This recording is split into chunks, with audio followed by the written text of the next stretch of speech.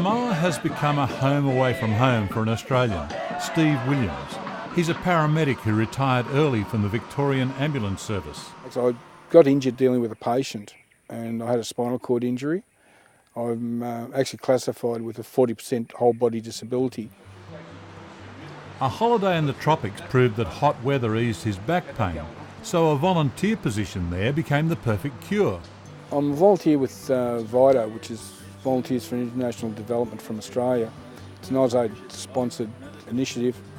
It's more for probably the older volunteers. Well, this black here, 94. This was part of a contingent of pumpers that went to the New South Wales fires.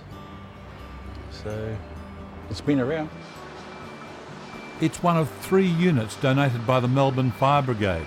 The emergency service makes do with 2 ambulances. We've been using all sorts of vehicles to shift people around. In fact, sometimes what happens is if we're only arriving on scene, we can see victims being transported in the back of pickups, utilities, all sorts of things.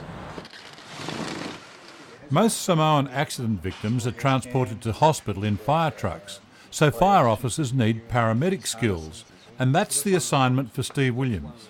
So he's been able to bring those skills with him, things like resuscitation and all that kind of stuff, which is pretty foreign to us here, if you like.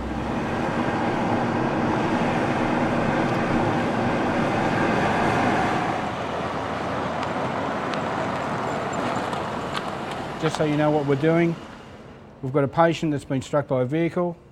You guys have been called because you're the closest vehicle to it. You've got a male. The male is conscious, alert. Let's go, boys. Steve draws on his experience to recreate life and death training, challenges for his Samoan team. There's your scenario. You've had the basics. Go for it, guys. What's your name? What's your name? Joe. Okay. Hello, Joe. How are you feeling, Joe? Yeah, nice strong pulse. That's it, minimal movement on the neck. Well, just gonna help you with this. Okay? Pupils are reacting. Yep. They're both equal. Both equal. Good. Yep. Remember, slow and gentle when you deal with that. Yep. That's a little bit fracture on your leg. They're doing good, actually. I'm very impressed. Okay. What have I said all along? We haven't got the equipment. We have to improvise. It's like if we haven't got the splints for the leg, what do we use? Hunk of wood, bit of metal, whatever. He's not only training them, he's training them to the level where they will almost be able to train the trainers. I was very happy. You guys did really well. Yeah, great. Thanks, guys.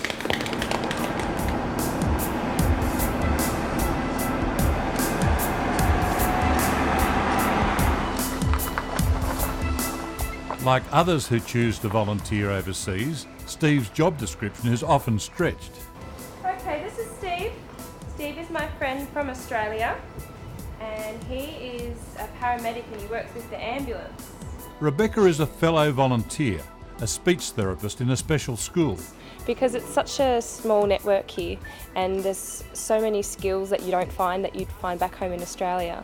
So you really have to utilise everyone's skills and everyone's background to help not only help your assignment but to help the development of Samoa. Did you get head safe? She called Steve in response to an incident at the school. The whole thing started when one of the boys in my classroom was having seizures. He had 2 seizures in a week and no one knew how to manage this boy, including myself, so I thought it was really important for all of us to have the information. You don't want their head to hit the ground and get hurt. The arms and legs, it doesn't matter, but the head is very important. So you guide the head, protect the head. 2 days after this demonstration, a child suffered a seizure on the school bus. His classmates followed the procedure, protecting his head from injury. It wasn't hard, is it? It has given us a lot of help and a lot of information and practical. We know what to do now.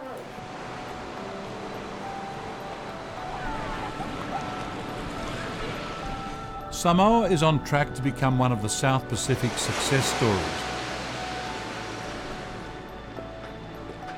Had it not been for a tsunami that pounded the coast in 2009, killing many and destroying homes, the country's development status may have been upgraded. It will be reviewed by the UN in 2013. In the meantime, people like Steve Williams will continue to work alongside their Samoan counterparts simply because they love it. When I look at what Steve does as a volunteer, his legacy will live for generations because of the people that he's touched and trained. Do you want to please come and have a taste? Oh yeah. Tell me whether it's cooked and ready to fly.